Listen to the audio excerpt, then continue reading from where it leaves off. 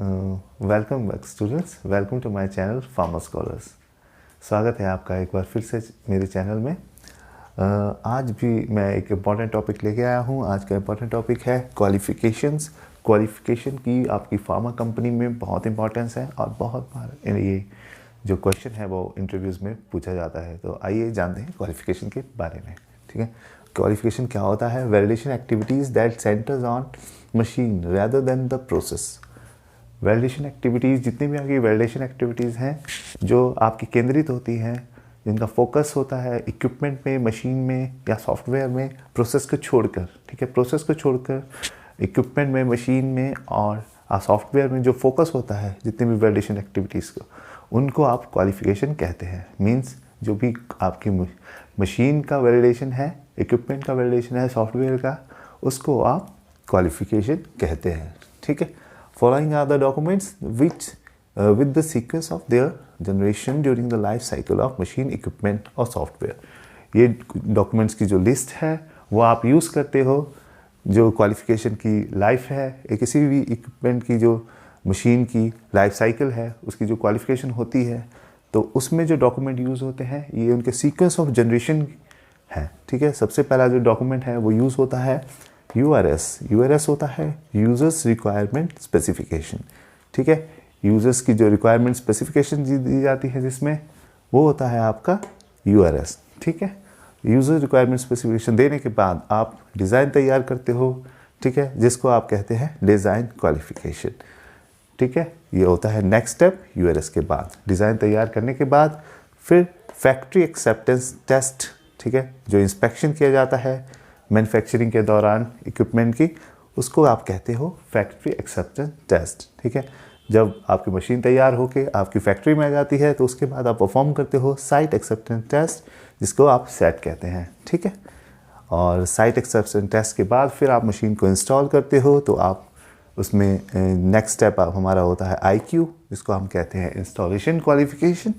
Install करने के बाद फिर हम उसको ऑपरेट करके चेक करते हैं उसका ऑपरेशन क्वालिफिकेशन, और फिर हम कंटिन्यूसली उसका चेक करते हैं परफॉर्मेंस क्वालिफिकेशन।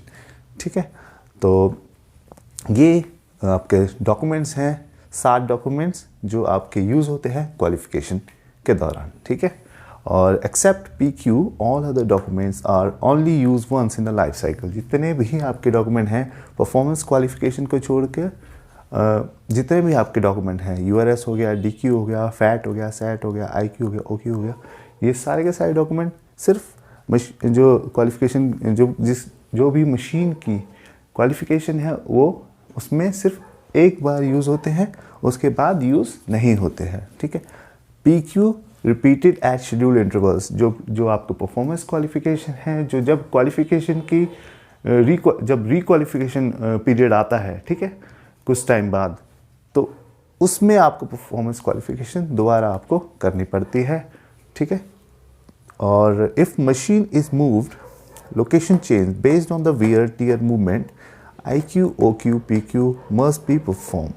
अगर आपकी मशीन मूवमेंट हुआ है मशीन का आपका, और आप ये चांसेस हैं कि उसमें वियर एंड टीयर हो सकता है, ठीक है, तो आपको इंस्टॉल भी करना पड़ता है मशीन को, और आपको installation qualification, operation qualification, performance qualification, ये तीनों परफॉर्म करने पड़ेंगे। ठीक है, IQ OQ PQ तीनों परफॉर्म करने पड़ेंगे।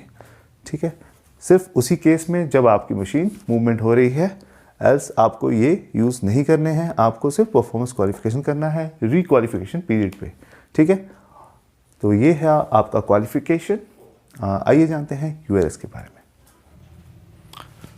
यूआरएस के बारे में जानने से पहले आइए हम समझ लेते हैं क्वालिफिकेशन को एक स्टोरी के रूप में इलेबोरेट कर लेते हैं। पहले सबसे पहला स्टेप, जैसे कि क्वालिफिकेशन में होता है यूआरएस, जिसमें जिसकी फुल फॉर्म है यूजर्स रिक्वायरमेंट स्पेसिफिकेशन, जिसमें आप स्पेसिफिकेशंस मेंशन करते हो जो भी आपको इक्विपमेंट, सॉफ्टवेयर में या आपकी मशीन में चाहिए, उसको आप एक फॉर्मेट के जरिए रिक्वायरमेंट आप स्पेसिफाई करते हो। ठीक है, जो हो गया आपका पहला स्टेप। जैसे आप रिक्वायरमेंट स्पेसिफाई करते हो, उसके बाद उस रिक्वायरमेंट्स के अकॉर्डिंग आपका डिज़ाइन तैयार होता है। ठीक है, और जिस डिज़ाइन को तैयार करने के बाद आप परचेस ऑर्डर देते हो, ये जो आपने डिज़ाइन तैयार किया इसको आप कहते हो डिज़ाइन क्वालिफिकेशन, जो यूआरएस के बाद का नेक्स्ट स्टेप है। ठीक है, और डिज़ाइन जो आपका फाइनलाइज हो जाता है उसके बाद आप परचेस ऑर्डर देते हो, और परचेस ऑर्डर के बाद जैसे भी आपकी जो इक्विपमेंट की मैन्युफैक्चरिंग कंप्लीट हो जाती है तो उसके इंस्पेक्शन के लिए, ठीक है, उसके इंस्पेक्शन के लिए डिलीवरी से पहले एक जो यूज़र है वो एक बार मैन्युफैक्चरिंग साइट विज़िट करता है। ठीक है, और उसका इंस्पेक्शन करता है, जिसको आप फैक्ट्री एक्सेप्टेंस टेस्ट कहते हैं। ठीक है, फैक्ट्री एक्सेप्टेंस टेस्ट होने के बाद जब आपका जो है इक्विपमेंट जो है वो इंस्पेक्शन हो गई है यूज़र के थ्रू, तो फिर आप जब उसको डिलीवर करवाते हो अपनी यूज़र साइट में तो उसको कहते हो आप site acceptance test. Site acceptance test में आप चेक करते हो कि जो डिलीवर हो गया है आपकी मशीन या इक्विपमेंट, उसमें ट्रांसपोर्ट के दौरान किसी तरह का वियर एंड टियर तो नहीं हुआ है। इस चीज़ का इंस्पेक्शन आप करते हो साइट एक्सेप्टेंस टेस्ट में। ठीक है, जो यूज़र साइट में इंस्पेक्ट होती है। जैसे आप इसको साइट एक्सेप्टेंस टेस्ट करते हो, इसके बाद आप इंस्टॉलेशन क्वालिफिकेशन करते हो, चेक करते हो कि जो आप मशीन लेके आए हो वो प्रॉपर्ली इंस्टॉल हो रही है आपके यूज़र साइट में और नहीं कि या नहीं हो रही है, इस चीज़ को आप चेक करते हो। ये चेक करने के बाद फिर नेक्स्ट स्टेप आप क्या करते हो, उसका ऑपरेशन चेक करते हो कि वो फंक्शनल है प्रॉपर्ली मशीन या नहीं। तो इस चीज़ को चेक करने के लिए आप ऑपरेशन क्वालिफिकेशन करते हो। उसकी फंक्शनैलिटी चेक करने के बाद फाइनली आप चेक करते हो उसकी परफॉर्मेंस, कि वो उसकी कंटिन्यूसली परफॉर्मेंस दे रहा है, आपके जो मशीन है इक्विपमेंट है वो कंटिन्यूसली परफॉर्मेंस दे रहा है या नहीं, इस चीज़ को चेक करते हो आप, और इसको आप कहते हो परफॉर्मेंस क्वालिफिकेशन, जो कि लास्ट स्टेप है आपका क्वालिफिकेशन का। तो इन स्टेप्स के जरिए, स्टोरी के जरिए आप समझ सकते हो कि क्या होता है क्वालिफिकेशन। आइए पहले जानते हैं अब यूआरएस के बारे में। यूआरएस की फुल फॉर्म होती है यूजर्स रिक्वायरमेंट स्पेसिफिकेशन। ठीक है, इस एक इंडेंट होता है मशीन, इक्विपमेंट या सॉफ्टवेयर के लिए एक इंडेंट होता है। ठीक है, जिसमें user give requirement in a format, एक फॉर्मेट के जरिए अपनी रिक्वायरमेंट स्पेसिफाई करता है। ठीक है, जिसको आप यूआरएस कहते हैं। Includes functional and technical specifications, जितने भी फंक्शनल और टेक्निकल स्पेसिफिकेशंस हैं वो आपको मेंशन करने हैं अपने यूआरएस में। कोई भी फंक्शनल और टेक्निकल एस्पेक्ट इसमें छूटना नहीं चाहिए। ठीक है, if software is required, production department user department with engineering department will prepare specification. Suppose आपको सॉफ्टवेयर, अगर किसी की सॉफ्टवेयर की रिक्वायरमेंट है तो प्रोडक्शन डिपार्टमेंट इंजीनियरिंग डिपार्टमेंट के साथ मिल करके उसकी स्पेसिफिकेशन तैयार करेगा। ठीक है, एक फॉर्मेट के जरिए स्पेसिफिकेशन तैयार करेगा और उस फॉर्मेट को आप कहते हो यूआरएस। ठीक है, और ये जो आपका यूआरएस है, जो आपका इंडेंट है, it should be very specific and no confusion. बिल्कुल स्पेसिफिक होना चाहिए, किसी तरह की कोई कन्फ्यूजन आपके इंडेंट के जरिए, आपके फॉर्मेट के जरिए कोई कन्फ्यूजन क्रिएट नहीं होनी चाहिए। ठीक है, national and international rules must be followed like ISA 95। जितने भी नेशनल और इंटरनेशनल रूल्स हैं उनका ध्यान आपको रखना है मशीन बनाते समय या इक्विपमेंट बनाते समय यूआरएस के दौरान। ठीक है, जो भी आपकी रूल्स हैं वो फॉलो करने हैं, जैसे कि ISA 95 एक तरह, ये भी ISA 95 एक जो रूल रेगुलेशंस हैं जो आपको यूआरएस के करते समय उनका फॉलो करना है, उनको फॉलो करना है आपको यूआरएस बनाते टाइम। ठीक है, ये बनाते इसके साथ साथ आपको कुछ जनरल रिक्वायरमेंट्स होती हैं, जैसे कि आपको ऑर्गेनाइजेशन का नाम मेंशन करना है। सबसे पहले जो भी आपकी ऑर्गेनाइजेशन है, जैसे सिप्ला है, ग्लेनमार्क है, आपको वो ऑर्गेनाइजेशन का नाम मेंशन करना है। आपको यूज़र डिपार्टमेंट का नाम मेंशन करना है कि कौन से डिपार्टमेंट है, QA को चाहिए, प्रोडक्शन को चाहिए, इंजीनियरिंग डिपार्टमेंट को चाहिए वो मशीन या इक्विपमेंट, तो आप यूज़र डिपार्टमेंट का नाम ज़रूर मेंशन करेंगे।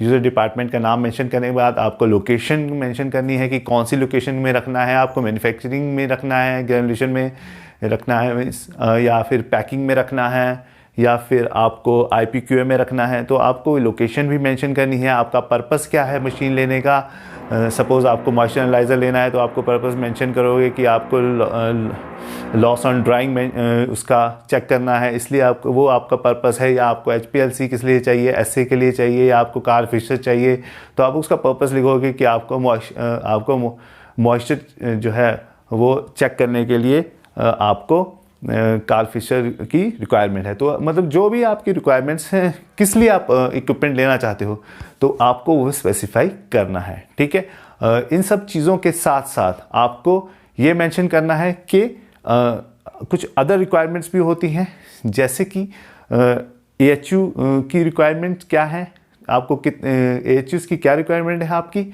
और आपको स्पेस कितनी चाहिए। ठीक है, ये सब रिक्वायरमेंट्स आपको मेंशन करनी है जनरल रिक्वायरमेंट्स में। जनरल रिक्वायरमेंट्स को मैं आपको डिस्क्रिप्शन बॉक्स में भी मेंशन करूंगा। ठीक है, यहाँ पे स्पेस कम होने की वजह से मैं आपको जनरल रिक्वायरमेंट्स नहीं दिखा पाया, पर मैं डिस्क्रिप्शन बॉक्स में आपको उसको मेंशन करूंगा।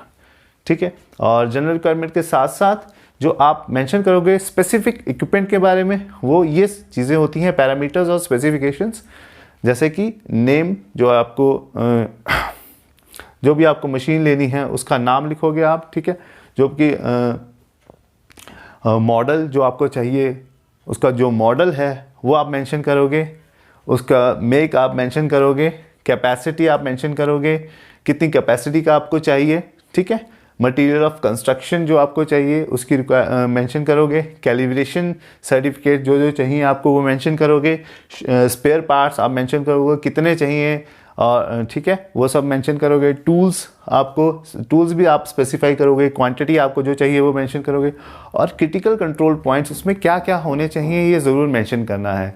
ठीक है, कोई भी क्रिटिकल कंट्रोल पॉइंट जो है, जो भी होने चाहिए उसमें, वो आपको मेंशन करना है। ठीक है, क्वांटिटी के साथ। और ठीक है, ये सब रिक्वायरमेंट्स थी जो इक्विपमेंट या जो भी आपके मशीन है उसके लिए स्पेसिफिक। ठीक है, तो ये था आपका URS। ज़्यादा जानने के लिए आप डिस्क्रिप्शन बॉक्स में जो दिए हुए लिंक होंगे उनको प्लीज़ रीड करना। ठीक है, और सब्सक्राइब कीजिए, लाइक कीजिए मेरे चैनल को, फार्मा स्कॉलर्स को।